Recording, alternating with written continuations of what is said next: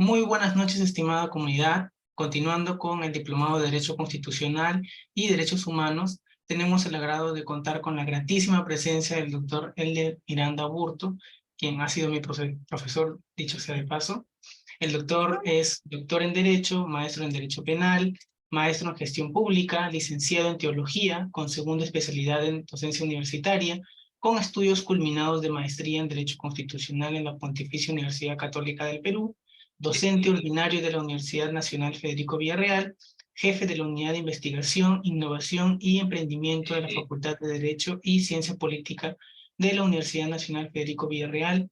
Ha sido docente universitario de las Universidades Privadas del Norte, San Juan Bautista, de la Universidad Nacional Mayor de San Marcos. Actualmente es docente de las escuelas de posgrado de la Universidad Privada de Tacna, Universidad César Vallejo, Universidad Nacional Federico Villarreal y la Escuela de Posgrado de la Policía Nacional del Perú.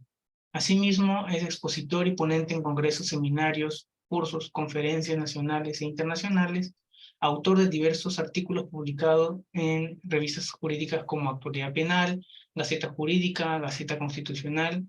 Asimismo, es autor de diversos artículos en revistas indexadas, autor del libro La prisión preventiva en el sistema acusatorio, investigador RENACIT y actual socio fundador y director del estudio Miranda y Aburto Abogados. Estimado doctor, le cedemos el uso de la palabra. Gracias, muy buenas noches a cada uno de ustedes. Principalmente quiero agradecer a Bill Oyer por la oportunidad que me ha dado para estar presente en este diplomado y poder disertar sobre este diplomado que están haciendo en Derecho Constitucional y Derechos Humanos, que para mí es un privilegio estar con ustedes el día de hoy. Y vamos a compartir pantalla. Vamos a ver. Perfecto. Aquí está. El tema que vamos a hablar el día de hoy es sobre la prisión preventiva y su incidencia en el derecho individual, que es un derecho muy importante, ¿no? Es un derecho muy importante porque hoy en día estamos viendo que ya la prisión preventiva no se ha convertido se ha convertido ya en una regla general y ya no es una excepción. Entonces, estoy observando que más que una medida cautelar, hoy en día se está convirtiendo en un anticipo de la pena. Y sobre todo cuando existe una presión mediática. Y una presión mediática a través de los medios de comunicación, ¿no?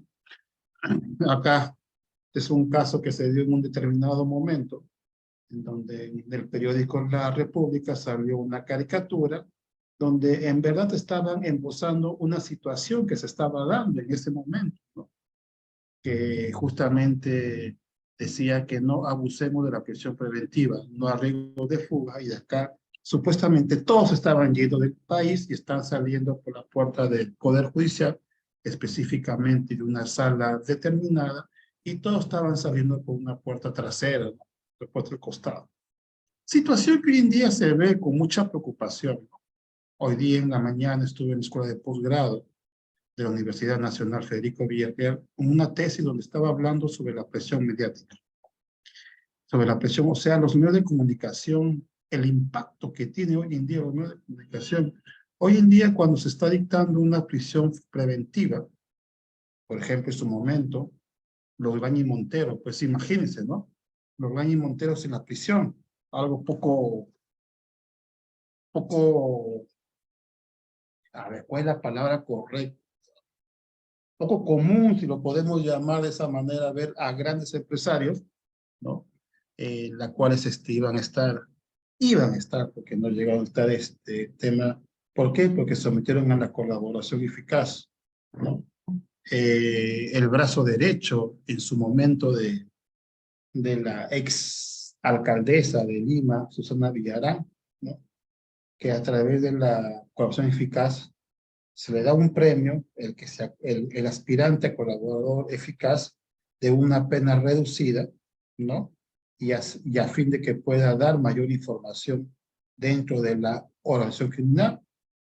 O también tenemos, por ejemplo, que muy pronto, creo que es inevitable, el expresidente Alejandro Toledo, que ya su extradición es inminente, cuando el señor Maima, su argumento de Jano Toledo era que efectivamente el dinero lo había proporcionado a él, pero luego él determinó a través de una colaboración eficaz que efectivamente eran los sobornos que había realizado el expresidente Alejandro Toledo. Es decir, hoy en día vemos cómo se afecta la libertad individual, que es un derecho fundamental, es un derecho humano. El hecho que una persona sea investigada, una persona por un delito determinado, no quiere decir que necesariamente tiene que estar privada de su libertad, ¿no? Porque la naturaleza de la prisión preventiva es asegurar la presencia del imputado al juicio oral, al proceso penal, a la investigación. Otro tipo de interpretación se desnaturaliza. Y hoy en día vemos que eso está desnaturalizado. Entonces, es algo muy importante, ¿no? Por ejemplo, el caso de la ex presidente del Consejo de Ministros, ¿no? Entonces, a unos exministros, ¿no? Entonces, primero nos enteramos a través de los medios de comunicación y luego creo que los sujetos procesables. Entonces, ahí estamos viendo, y todavía lo siguen, ¿no? O sea, a través de Justicia TV, o los medios de comunicación, u otros canales, ¿no? Son casos emblemáticos que está viendo, ¿no? Como el caso del expresidente Castillo, etc. El tema es que se puede restringir la libertad, claro que sí, por mandato judicial y en casos de flagrancia, y eso es un derecho muy importante, ¿no? Que toda persona es considerada inocente mientras no se pruebe todo lo contrario. Y la gran pregunta que nos hacemos es, ¿se cumple? ¿Se cumple verdaderamente? Es decir, ¿se presume hoy en día la inocencia o al contrario, se presume la culpabilidad? Eso es algo muy importante que debemos nosotros tener en cuenta hoy en día, ¿no? Porque estamos viendo que se está partiendo, ¿no? De una presunción de culpabilidad, ¿no? En vez de partir de una presunción de inocencia. Y eso lo estamos viendo día a día. ¿Y eso por qué? Porque hoy en día pensamos que la solución es las personas estar privadas de su libertad, es estar más seguro, ¿no? Ese es el tema, algo muy importante, ¿no? Estar privada de su libertad. ¿Y eso por qué? Porque existe un poder mediático, ¿no?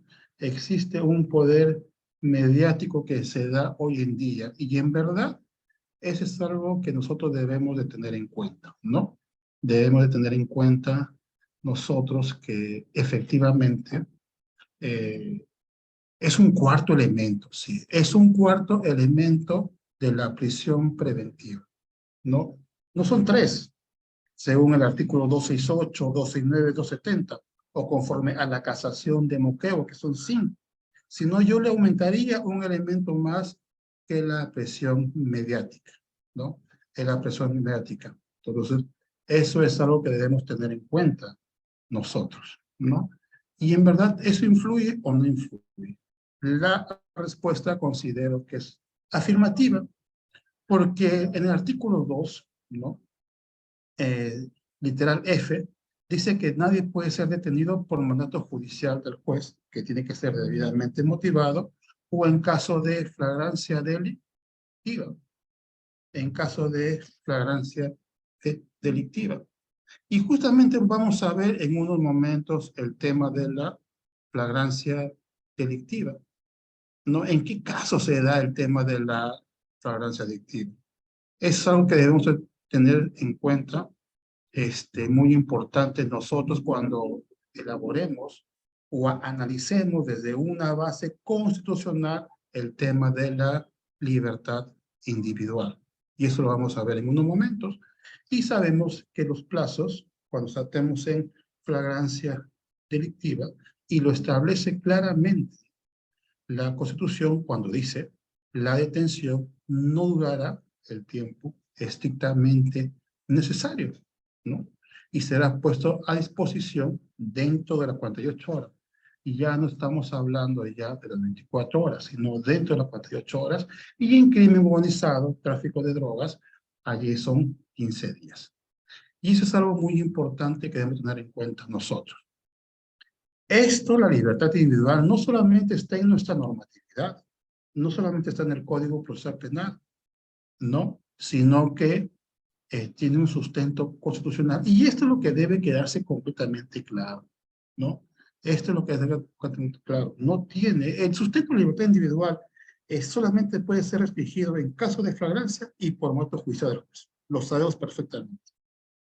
Pero la esencia de la prisión preventiva, ¿no? No de la prisión preventiva tiene un tema de peligro procesal, de peligro procesal, de peligro, y ahí está la cosa, ahí está el tema, y es ahí el que está el tema, ¿no? Ahí está el tema. Que vamos a ver de asegurar la presencia. Señores, puede haber cometido un delito muy grave. Los casos mediáticos hoy en día hay una cierta presión del juez y debo de ser directo, al grano, a la yugular, que cuando el juez no es un juez titular, pues las probabilidades que se dicte prisión preventiva se reducen. Pero si es un juez provisional o suplente, las pruebas son altas. ¿Y esto por qué le digo? Pues porque yo creo que el juez titular goza de una mayor independencia e imparcialidad que los casos de los otros jueces que son supernumerarios, suplentes, etc. Entonces, ya tenemos la base constitucional. Y esto viene garantizado, ¿no? Cuando decimos por mandato judicial, en casos excepcionales por la policía, o también tenemos en casos del arresto ciudadano, ¿no? Y eso tiene que ser judicializado en una audiencia. Y el código establece que dentro de las 48 horas, ¿no? Se va a poner a disposición del juez. Pero en crimen organizado, por ejemplo, y es una práctica que va a prevalecer el derecho de defensa, cuando crimen son 16 o 20 imputados, que puede ser hasta más, se sobrepasa ese tiempo, ¿no? Se sobrepasa el tiempo, ¿por qué? Porque hay una prevalencia del principio constitucional del derecho de defensa sobre el tema del plazo legal.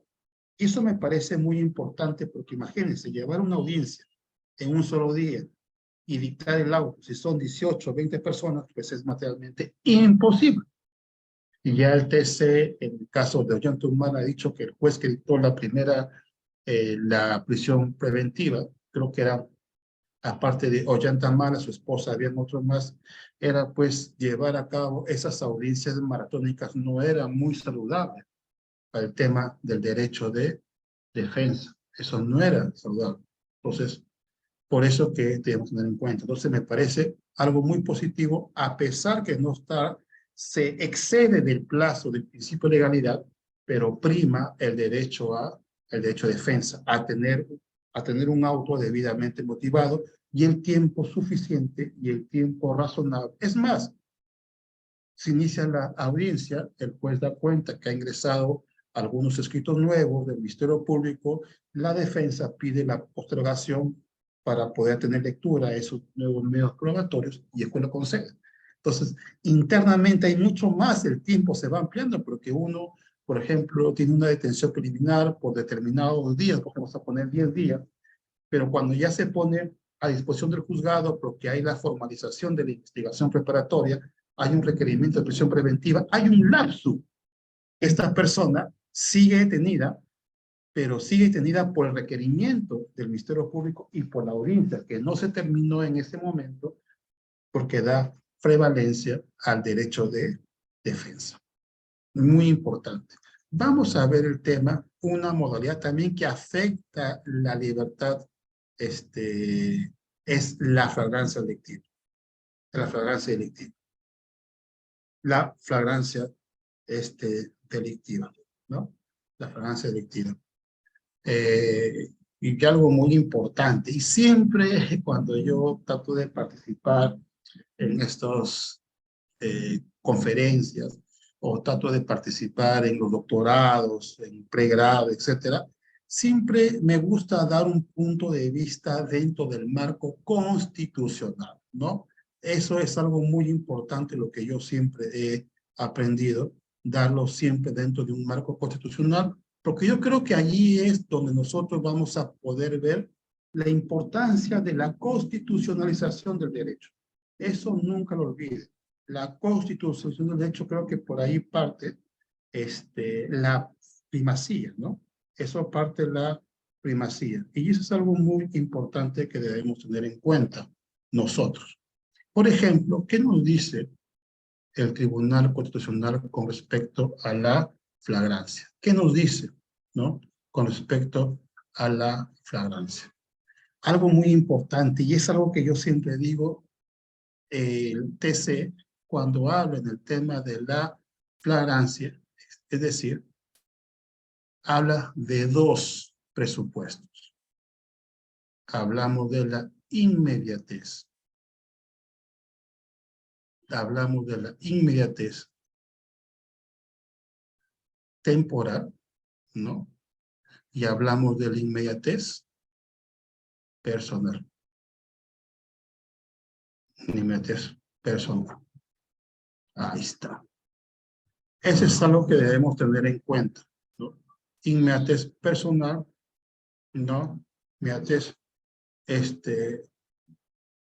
y digo por qué temporal, ¿no?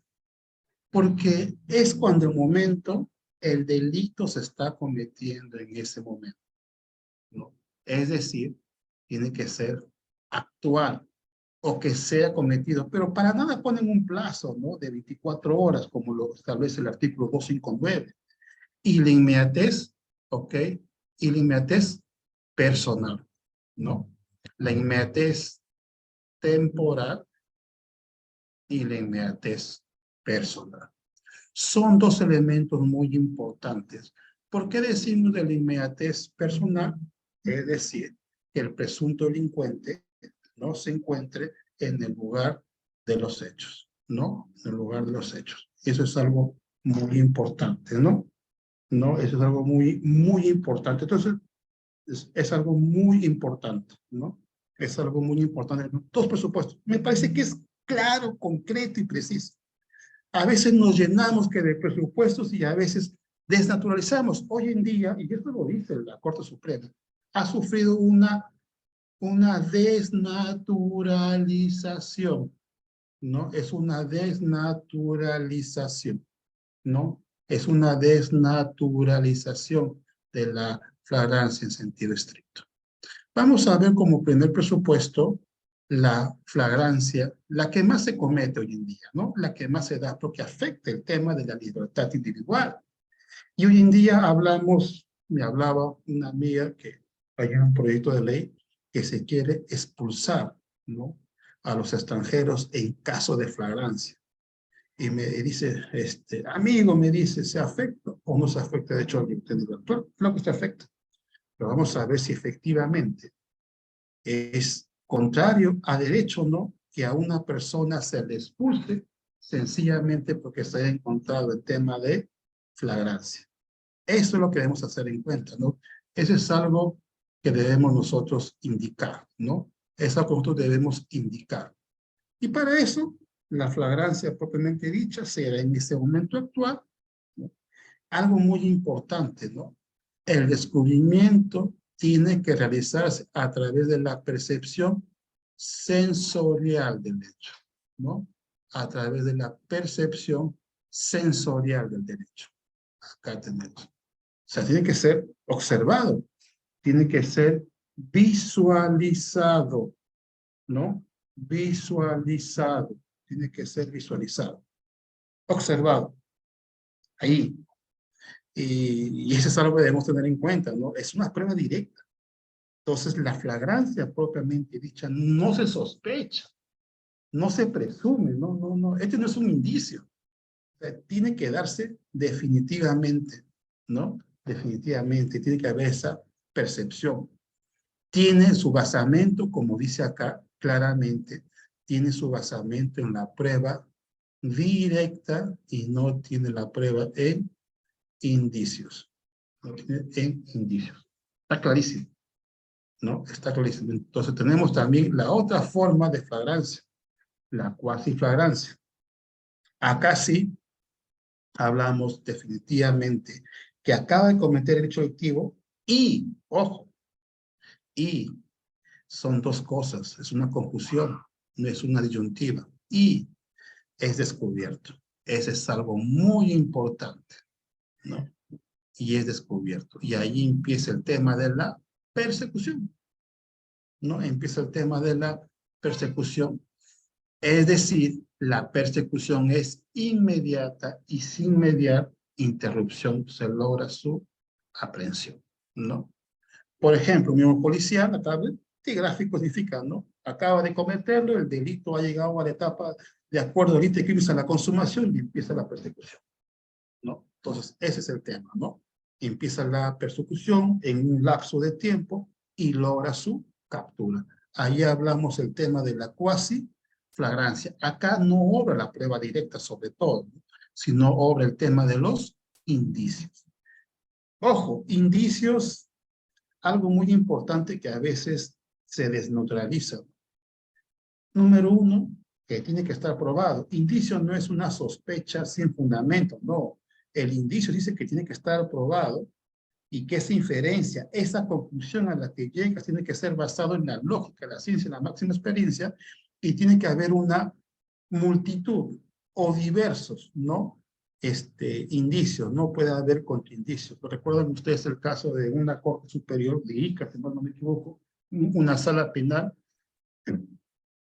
donde los vocales que habían damas en ese entonces decían que porque la víctima tenía una truza de encaje, ¿no? Eso era la máxima experiencia, decía que ella estaba aceptando de que, consintiendo de que tenga el acto sexual. Eso ni siquiera merece ningún tipo de análisis. Eso no es un indicio. Ahí no funciona la lógica, la máxima experiencia. La máxima experiencia es lo que establece la doctrina, la máxima experiencia es lo que se establece en base a la cientificidad. No es que mi propia experiencia yo la voy a poner. No, eso es totalmente errado. Y la flagrancia presunta es cuando el delito ya se consumó, no ya llegó a etapa de consumación, pero acá el sujeto es sorprendido, ya no en flagrancia en sentido estricto, ya no en una cuasi flagrancia, sino está en base a indicios porque es sorprendido con qué cosa, con las huellas que ha cometido el delito. Y un claro ejemplo sería, en este caso, por ejemplo, la policía, un breve estudio se da cuenta que en una vivienda X hay una fábrica de vehículos donde están desmantelando, ingresa, obviamente, detiene a las personas, ya no sería delito de robo, sino delito de receptación, ¿no? Entonces, es algo muy importante. Lo que justamente decía al inicio de todo esto, ¿no? Que existe una desnaturalización. Miren ustedes la modificación, la evolución de la flagrancia. Entonces, antes, cuando se dio inicio a este Código Procesal Penal de 2004, no había el tiempo. El tiempo no estaba establecido.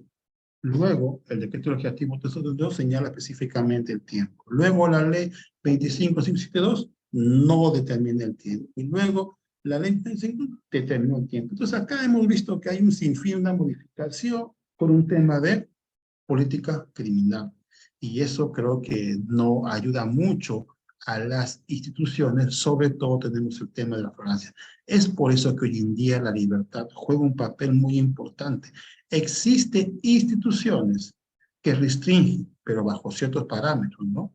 Y es por eso que el Acuerdo Plenario 2/2016 habla de la evidencia sensorial, ¿no? La percepción que tiene su cuerpo, ¿no? ¿no? La percepción que tiene sobre el hecho criminal, ¿no? Es una exigencia, una situación fáctica en que el delito se percibe como evidencia, y eso lo ha señalado el Supremo Tribunal Español, ¿no? Entonces se quiere una evidencia sensorial, ¿no? Indicando que la flagrancia delictiva se ve, ojo, se ve, no se demuestra, y está vinculado a la prueba directa y no a la prueba indiciaria, y sobre todo hablamos de la flagrancia propiamente dicha. Por eso que esta persona cuando me llamaba decía el tema de expulsar a una persona por simple flagrancia es que debe existir un tema de flagrancias que efectivamente no puede quedar ningún vacío de la responsabilidad. Al contrario, se estaría confirmando con la flagrancia que existe un alto grado de probabilidad que sea el autor del hecho criminal, porque, por ejemplo, en el proceso inmediato, en casos de flagrancia muchas veces se han declarado nulas, incluyendo cuando se ha dado pase o cuando se ha aceptado que el proceso o continúe a través del proceso inmediato. Muchas veces la Corte Suprema ha declarado nulo, porque la flagrancia no se ha dado, la flagrancia no se había determinado en el caso concreto. Es por eso que cuando hablamos de la flagrancia, una forma de restricción de la prisión preventiva tiene basamento constitucional. Ojo, tiene basamento constitucional y eso es lo que estamos viendo nosotros en este caso concreto. Y a eso yo voy, ¿no? Indicando. Muy bien, ahora sí, vayamos a ver a lo que nos interesa en sentido estricto, ¿no? Vamos a avanzar en el tema, por ejemplo, acá, ¿no? El tema de la realidad problemática hoy en día, la restricción que existe hoy en día, ¿no? La restricción que hoy en día existe, ¿no? Que existe sobre el tema de las personas que están privadas de su libertad, ¿no? Privadas de su libertad, ¿no? Miren el porcentaje, ¿no? Miren el porcentaje. Miren el porcentaje, ¿no? Entonces, hay procesados investigados, mira, del hacinamiento carcelario, 39%. O sea, es una alta probabilidad de que existe, ¿no? De que existe. Y sobre todo, esta información dada por INPE, miren los delitos. Primer plano, es el delito de robo agravado, ¿no? Y luego viene el tipo de violación sexual, ¿no? Tipo de violación sexual. Entonces, eso es algo muy importante. Tráfico de drogas, tráfico de drogas, ¿no? Entonces, miren la alta gran que se da el hacinamiento carcelario, ¿no? Violación sexual. Y si mal no me equivoco, en el siguiente, creo que está en el puesto 11, o aquí está, incumplimiento de la obligación alimentaria, ¿no? Es decir, los que están investigados por delito de omisión a la asistencia familiar, ¿no? Entonces vemos el alto índice de que existe. Pero, ¿será la solución la prisión preventiva encarcelar? Entonces, ese es un análisis que debemos tener nosotros en cuenta, ¿no? Entonces, eso es lo que se debe tener en cuenta, ¿no? Y vamos a ver sus presupuestos, porque en un programa X, en un canal determinado, no, si no pagas que tus alimentos, te vas a la cárcel. Eso será que la solución. Por eso que hoy en día considero que la libertad individual está en crisis. ¿Y qué crisis, no? En grave crisis. En grave crisis, ¿no? Vemos nosotros que la prisión preventiva para dictar donde se restringe la libertad individual no es un caso fácil. Es un caso difícil porque requiere criterios no solamente establecidos en el artículo 255, el 25 sobre la flagrancia, el 259, el 268, el 269, el 270, que está hablando sobre la prisión preventiva en sentido estricto, ¿no? Y acá hay que tener la ponderación. Yo creo que más que cumplimiento de unas reglas, es la ponderación si efectivamente la restricción de la libertad individual es de tal manera eficaz que no existen otras medidas positivas. Yo particularmente, mi humilde punto de vista, es que muchos mandatos de detención que se han dictado en sus mediáticos que hoy en día están libres por sentencia del TC, es que ha habido cierta persecución, o en su caso ha habido cierta desproporcionalidad. Ojo, el hecho de que una persona esté libre por un delito grave no quiere decir que esta persona sea inocente. Muchas veces asociamos, eres culpable, pena privativa de libertad. O sea, tienes que estar en prisión, ¿no? Tienes que estar en prisión. Y la prisión preventiva, sobre todo la restricción de la libertad de entrada, no funciona bajo ese mecanismo, no se da. Por eso es que nosotros tenemos un sistema mixto, podría decir, un derecho positivo, un derecho anglosajón, europeo, anglosajón, el sistema de common law. ¿Por qué? Porque existe presupuestos bajo el principio de legalidad establecidos en la propia norma y otros a través de la jurisprudencia, como tenemos el Acuerdo Plenario 1 de 2019, la Casación 126 de 2013, la famosa Casación de Moquegua y la posición que ha asumido el TC en el caso Ollantumala, ¿no? Y eso es lo que debemos tener en cuenta. Y vamos a ver algunas cosas, ¿no?, que debemos tener. Por ejemplo, los presupuestos, ¿no? Lo sabemos perfectamente y vayamos a ver el primer presupuesto, ¿no?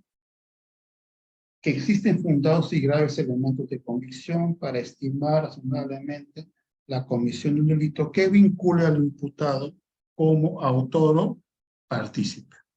Eso es lo que debemos tener en cuenta nosotros, que vincule, en este caso, si es partícipe o autoría, y ahí vemos la autoría y la participación, ¿no? Veamos, por ejemplo, el tema de la tipicidad. La tipicidad es un término que se utiliza mucho en el derecho penal, ¿no? Y tiene que ver si la conducta se adecua al tipo penal. Por ejemplo, ¿no? Si a mí me están diciendo que Juan Pérez ha cometido peculado, ¿no? Peculado, colusión, qué sé yo. Pero si no tengo la condición de funcionario público, no se podría ser investigado y muchas veces sancionado por un delito.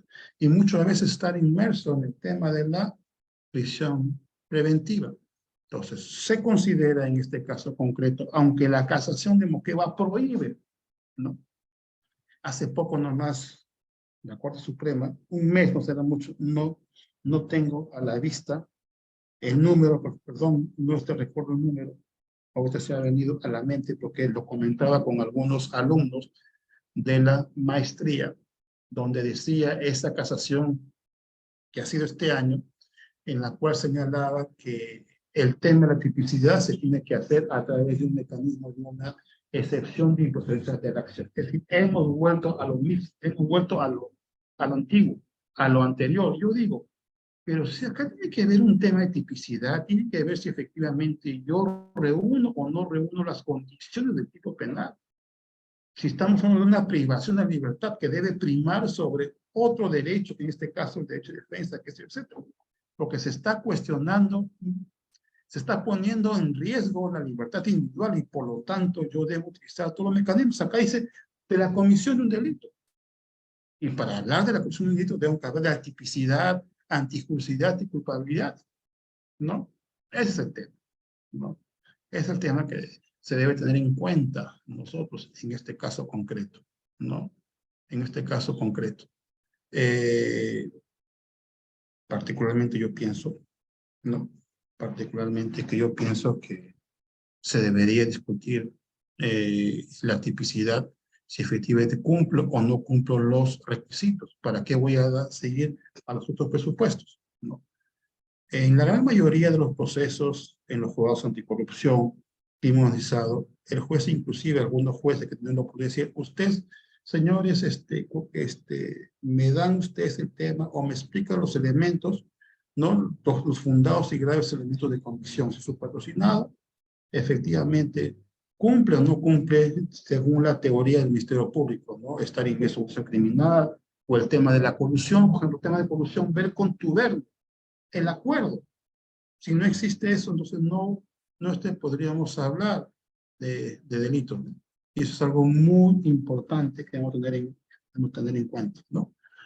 Por ejemplo, ¿no? El tema de los bomberos me pareció algo increíble. La propia norma señala que no son funcionarios, pero la Corte Suprema a través de, en una casación, señaló que efectivamente ellos tienen la condición de funcionarios observadores públicos. Una sentencia que me pareció muy importante y que se declaró fundada en su momento por el juez fue, y que dijo algo que ya la Corte Suprema ya lo subsanó y comparto plenamente, ¿no? Hoy día estaba en una sustentación que estaba hablando sobre la prisión preventiva y el que estaba hablando me dice, sí, lo que pasa es que el imputado tiene la obligación de colaborar con la justicia. Yo le decía, ¿no? ¿Tiene la obligación de colaborar con la justicia? ¿Tiene la obligación de, ¿no? De, colaborar con la justicia? ¿No? ¿No? Una obligación. ¿Qué me dicen ustedes? ¿Tiene la obligación? Claro que no. Si a mí el Ministerio Público me dice, traiga usted un informe, que no lo tengo, pídelo usted. Y por eso no puede ser en el caso de Nadine Heredia, ¿no? Ella dijo, no es mi firma, pero luego la Fiscalía demostró que era su firma. Pues. Ese es un tema que es muy importante, titulares son penales. Ese es mi teoría. El caso dice John, el famoso caso del rey del queso, ¿no? Que se ha demostrado que la esposa y la hija ¿no? La señora estaba en el lugar de los hechos, estaba llorando, ¿no? ¿Quién la había matado? Decía que no la había matado, etc. Y luego la policía con el Ministerio Público han demostrado que se lo mataron. Pero que entonces no pretendan que el imputado, ahora si el imputado quiere confesar el delito, tenemos la confesión sincera, la conclusión anticipada, la colaboración eficaz, la terminación anticipada, etc. Pero acá no me dice, entonces la señora, ese es su teoría del caso. El caso es que es inocente, pues que ella no fue la que firmó, perfecto. El Ministerio Público tendrá que demostrar todo lo contrario, entonces no está en la obligación, es una facultad. Y algo que se cuestionó mucho y que el doctor en primera instancia dijo, como no dijo la verdad, estaba entorpeciendo la actividad probatoria. Estaba entorpeciendo, ¿no?, a la actividad probatoria. ¿Qué dicen ustedes? ¿No? ¿Qué dicen ustedes? ¿No? ¿Qué dicen ustedes? Yo particularmente digo la mentira. La mentira no es un derecho. En algunas audiencias he escuchado, no voy a decir por ética del nombre, usted tiene el derecho de mentir. No, no, no. La mentira no es un derecho, es una facultad. Yo he dicho, yo no la violé, yo no maté, yo no estafé, yo no robé, etc. Pero si luego me demuestran, pues entonces, ese es mi teoría del caso. Pero obviamente yo recomiendo que hay que construir una teoría del caso, pues, porque la teoría del caso se construye en la lógica, ¿no? Partiendo de una logicidad. O sea, tenemos una etapa de fundamentos de hechos fácticos y probatorios. Tampoco puedes decir que eres inocente si tienes unas grabaciones, tienes, por ejemplo, la prueba de luminol que sale positivo, los billetes concuerdan. Pues tampoco vas a construir teorías de casos ilógicos, ¿no? Tampoco es así. Pero mi teoría de caso, como yo construyo, es facultativo y por lo tanto yo puedo decir si estoy diciendo la verdad o no. Si estoy diciendo la verdad, confesión sincera, si lo niego, entonces no es un elemento. Y el TC comparto plenamente cuando dice efectivamente que no está en la obligación. Miren cómo es la prisión preventiva, ¿no? A veces creamos presupuestos fuera del contexto. Presupuestos. Y siempre debe primar el ámbito constitucional. Ante esta posición del TC, teníamos que hoy en día el juez tiene la obligación de evaluar todos los medios probatorios. Aunque acá la Corte Suprema señala el término prueba, prueba la que se actúa en el juicio oral, más que prueba, tenemos que hablar de los elementos de convicción, ¿no? Los elementos de convicción. Es decir, tiene que evaluar la prueba de cargo y descargo. Es decir, nadie se salva acá, ¿no?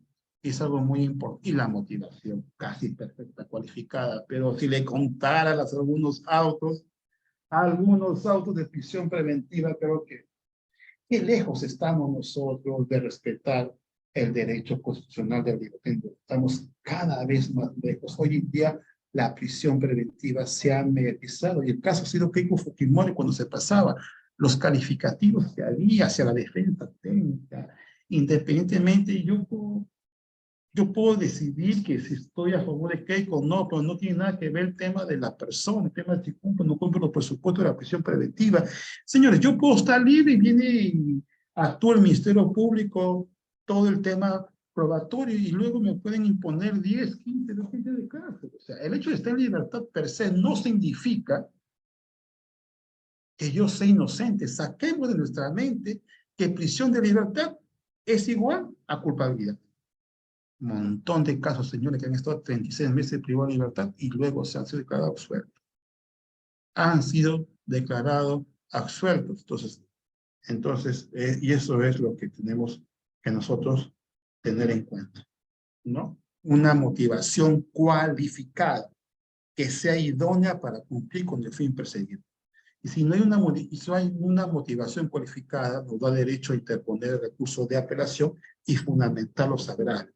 La motivación juega un papel fundamental cuando hablamos, sobre todo, en la prisión preventiva, que esta es una manera de restringir la libertad individual, ¿no?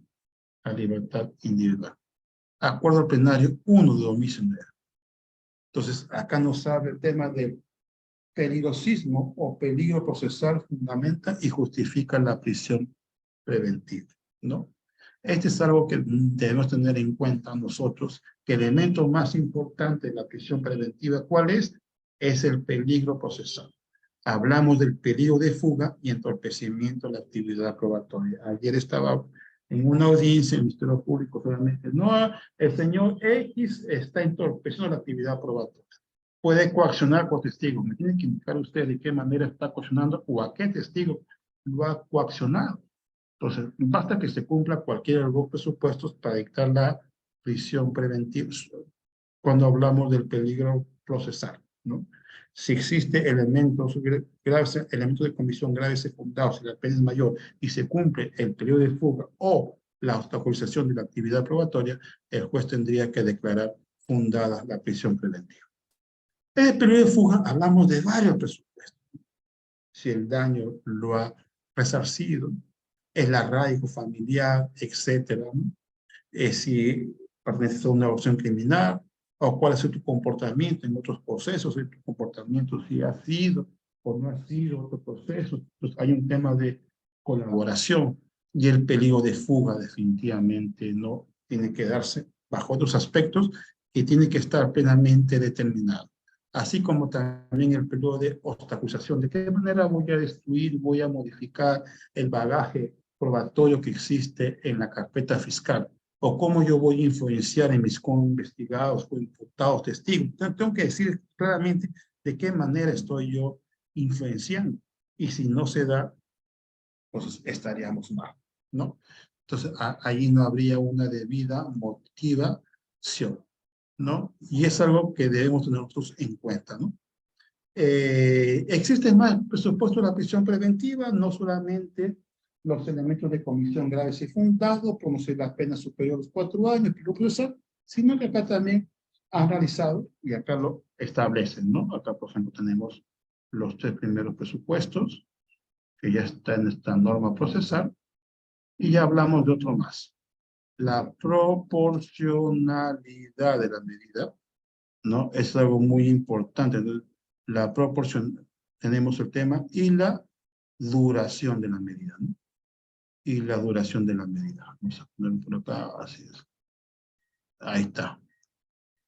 Entonces, si la medida que se debe poner la prisión preventiva es estrictamente necesaria. Cosa quiere decir que no existen otras alternativas distintas a esta que puede proporcionar o que se puede dar en este caso concreto a cumplir el objetivo que tiene la medida coercitiva de carácter personal, ¿no?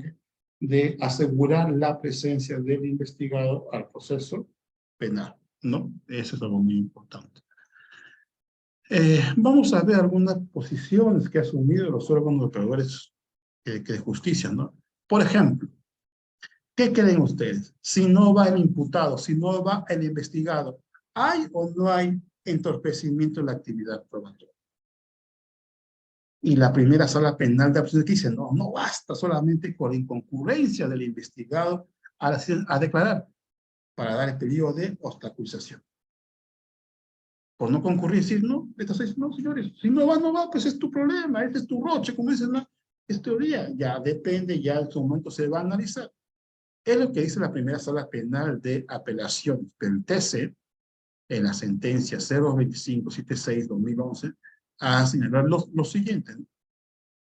Que si desde el inicio de la investigación penal a nivel criminal el inculpado muestra una conducta renuente, es decir, no quiere ir a las citaciones, no quiere ir, no quiere ir, por ningún motivo, que no quiere ir, ¿no? Que no quiere ir, por ningún motivo que no quiere ir, ¿no? No, que no quiere ir. Ya que hay un entorpecimiento, puede concluirse la configuración del peligro procesal. Acá está. Disponibilidad positiva, libertad personal. O sea, es una inferencia. Acá está. Entonces, ¿a cuál hacemos caso? Yo considero que no recurrir a las diligencias no estaría entorpeciendo la actividad probatoria porque sencillamente está ejerciendo su derecho de defensa conforme a su teoría del caso. Eso es lo que yo pienso. Otro argumento más, aparte de los presupuestos que están en el 268, 270, en todas las sentencias que hemos visto, también hay el tema de la residencia. La residencia ha hecho el TC en este caso concreto, si bien esto no es un presupuesto, pero es un criterio que se debe tomar en cuenta, ¿no? Es decir, en considerar que este elemento, aunado a otros que permitan presumir razonablemente el peligro de fuga o el entorpecimiento de la actividad probatoria, ¿no? Y no solamente puede ser por el tema solamente de la reincidencia. Este tribunal discrepa también por respecto a este criterio, aduciendo que una cosa es considerar los antecedentes penales no pueden ser dados como único factor que fundamente el peligro procesal. No solamente, si se aúna a otros elementos de convicción, claro que sí, ¿no? Claro que sí. Caso Tafur Castro, ¿no? No solamente por la gravedad del delito, no solamente por ese caso. Entonces, el tema de la restricción de la libertad individual fue un papel muy importante, ¿no? Muy importante. Otro que también quería decirse el caso, que él presentó, caso Wilber Pablo Martínez Peñalosa, presentó una postergación porque se encontraba enfermo y el que estaba firmando era un médico ginecobstetra. Ginecobstetra es especialista en enfermedad femenina, ¿no? Y él había presentado que porque se encontraba delicado de salud, etc. Dice, ¿cómo usted le va a revisar un médico ginecobstetra? No, entonces ahí se demostró efectivamente que había un entorpecimiento de la actividad probatoria. En esta casación 631-2015 nos habla del arraigo. No mucho hablamos del arraigo. El arraigo tiene ciertos criterios, ¿no? La posesión, el arraigo familiar, laboral, y muchos abogados dicen, ¿no? Las personas que suscribimos determinamos que el ciudadano X es una persona honorable. Entonces, yo digo que estas firmas serán ciertas, serán falsas, no sé. Creo que eso ya es pasado ya de un sistema inquisitivo, porque una persona puede ser muy honorable, pero eso no impide que pueda cometer un delito, ¿no? El arraigo familiar sí me parece muy importante. Tienes una familia acá establecida, tus hijos estudian, qué sé yo.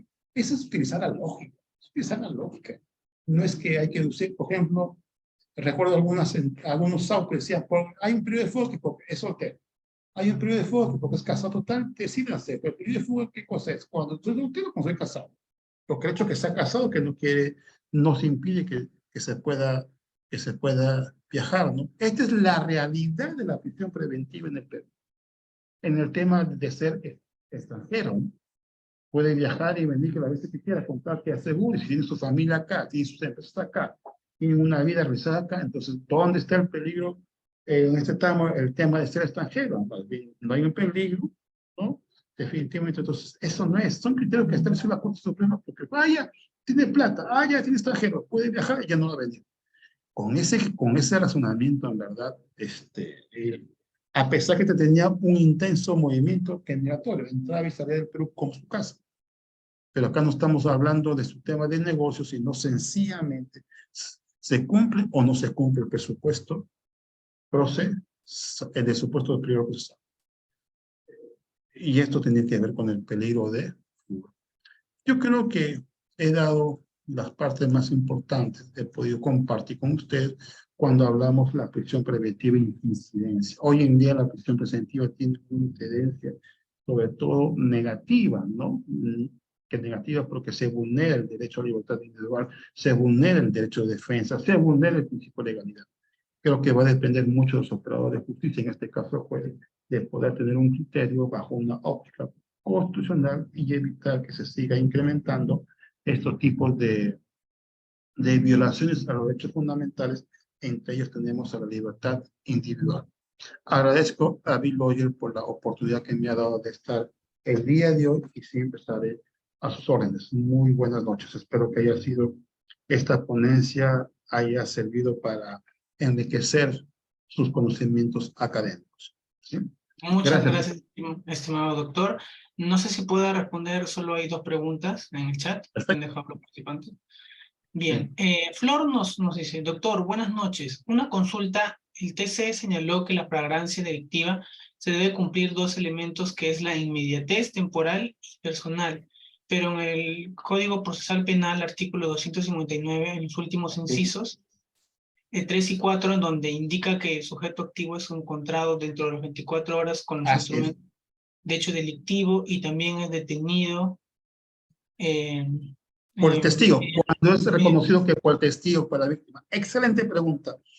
Yo estoy de la idea que solamente debería estar los 2 presupuestos, inmediatez personal, inmediatez temporal, y que no haya plazo. Y es más, ahí hemos hecho un cuadro comparativo que antes no existía el plazo, ahora sí existe. Actualmente queda cumplimiento del 259, donde vemos los 3 tipos de flagrancia, flagrancia propiamente dicha, cuasiflagrancia y flagrancia presunta, y además de 2 más, ¿no? Que en este tramo, cuando es reconocido por la víctima, y además se debe tener con los elementos de la comisión del hecho delictivo y además reconocido dentro de las 24 horas. Y este es un tema que se dio por una cuestión de política criminal para poder atender el alto índice de la comisión de delitos de las tenderas, ¿no? Es decir, hoy en día una filmación dentro de las 24 horas sí constituye una flagrancia delictiva, cosa que yo creo. Hoy en día que tanto avanzó la modernidad, el dron, por ejemplo, ¿el dron constituye o no? Es un elemento para hacer el tema de la flagrancia. El dron es utilizado por la persona a través de un mecanismo, pero eso es como una especie de sensorial. Entonces, podría encajar definitivamente porque la flagrancia tiene que ver con la visión sensorial. Y las últimas modalidades, yo creo que el dron también puede encajar como un elemento para configurar ese tema de la fase selectiva. A la pregunta, vuelvo a reiterar, se debe cumplir el artículo 259 en los presupuestos que se ha determinado efectivamente. Cosa que yo discrepo, pero está en la ley y eso es más. Hasta se han olvidado ya de la flagrancia propiamente dicha, de la cuasiflagrancia, por entonces, dentro de las 24 horas y punto, se acabó. Es decir, al parecer, considero yo que se ha desnaturalizado la flagrancia delictiva y ahora solamente es dentro de las 24 horas. Si están 24 horas, es flagrancia delictiva. Cosa que yo discrepo. Pero muy buena que su pregunta, espero haberla suelto, con todo gusto. Muchas gracias, estimado doctor. Y la última pregunta es de Gladys Carpio, que nos dice, buenas noches, doctor. Cuando un investigado o imputado rinde declaración sin juramento, dependiendo si en el ordenamiento jurídico de la nación está previsto que no expone bajo juramento, como por ejemplo aquí en Venezuela, que es una garantía de carácter constitucional, mentir para él no es un delito porque alega todo lo que estime pertinente para sostener su inocencia, ya que la carga de la prueba la tiene el representante del Ministerio Público. Así es. En mis tiempos, cuando yo era practicante, pues yo al imputado, que ese tiempo era el Código de Protección Criminal Procesado, juro usted decir que la verdad, o inclusive, que se toma la verdad, el imputado no se le puede tomar el tema de juramento. El imputado se toma juramento al testigo que si miente, obviamente eso va a ser denunciado penalmente por falso testimonio, etcétera. Pero el imputado no se le puede tomar el juramento. Él asume su responsabilidad de aceptar los cargos o de negar, y efectivamente, como dicen, ¿no? Yo construyo mi teoría del caso y yo digo que no he estado ese día de los hechos porque yo viajé. Y la fiscalía tendrá que demostrar que yo ese día no he viajado porque ese boleto es falso y yo me encontré en el lugar de los hechos. Entonces, ¿para qué se va a tomar juramento? No estoy obligado a corroborar. Es facultativo si yo corroboro con la justicia o no corroboro. Y a decir del lugar de los hechos, si yo considero que es mi verdad y estoy ayudando, puedo ser exponente de colaboración eficaz, terminación anticipada, conclusión, confesión sincera, tengo todo el mecanismo. Si no, sigo diciendo que soy silencio, a pesar que tengo una grabación, a pesar que estoy en flagrancia, a pesar que tengo los audios, me han chuponeado, a pesar que tengo los billetes fotocopiados, ahí me parece que debería someterse a uno de estos beneficios, pero hay algunos, bueno, o que tu mentira, no, que tú eres inocente, que te hacen, no, yo tengo otro punto de vista. Sí, efectivamente lo que dice Carpio, ¿no? Las Carpios, complacida por la excelente ponencia, gracias, el tiempo ha sido corto, sí, definitivamente, porque luego tengo otra ponencia, pero estoy seguro que Bill Lawyer me va a invitar que nuevamente, porque es una institución a la cual yo aprecio y estimo mucho. Me hubiera gustado que hubiera salido en directo para poder compartirlo con otros, alumnos, pero bueno, ya será para otra oportunidad. Un fuerte abrazo, Diego, ¿no? Un Sí, gusto sí, verte doctor. desde hace tiempo, he tenido la oportunidad de ser docente y te deseo siempre los mejores éxitos y felicitarte por que están haciendo en capacitar a los estudiantes de Derecho, a los profesionales diplomados que están haciendo bastantes interesantes y yo los felicito a cada uno de ustedes. Muchísimas gracias, estimado doctor. De verdad que ha sido muy, muy buena su ponencia y bueno, esperemos contar con su participación en futuros Claro que eventos. sí. Un fuerte abrazo. Gracias a Bueno, todos los de Bill Lawyer y acá está presente. Hasta la próxima. Muy buenas noches. Gracias. eso es todo por hoy, estimados participantes. Muchísimas gracias. Nos estamos viendo el día de mañana con la última sesión del curso. Hasta luego y buenas noches. Una consulta antes de que se retire. Buenas Sí. noches. Sí,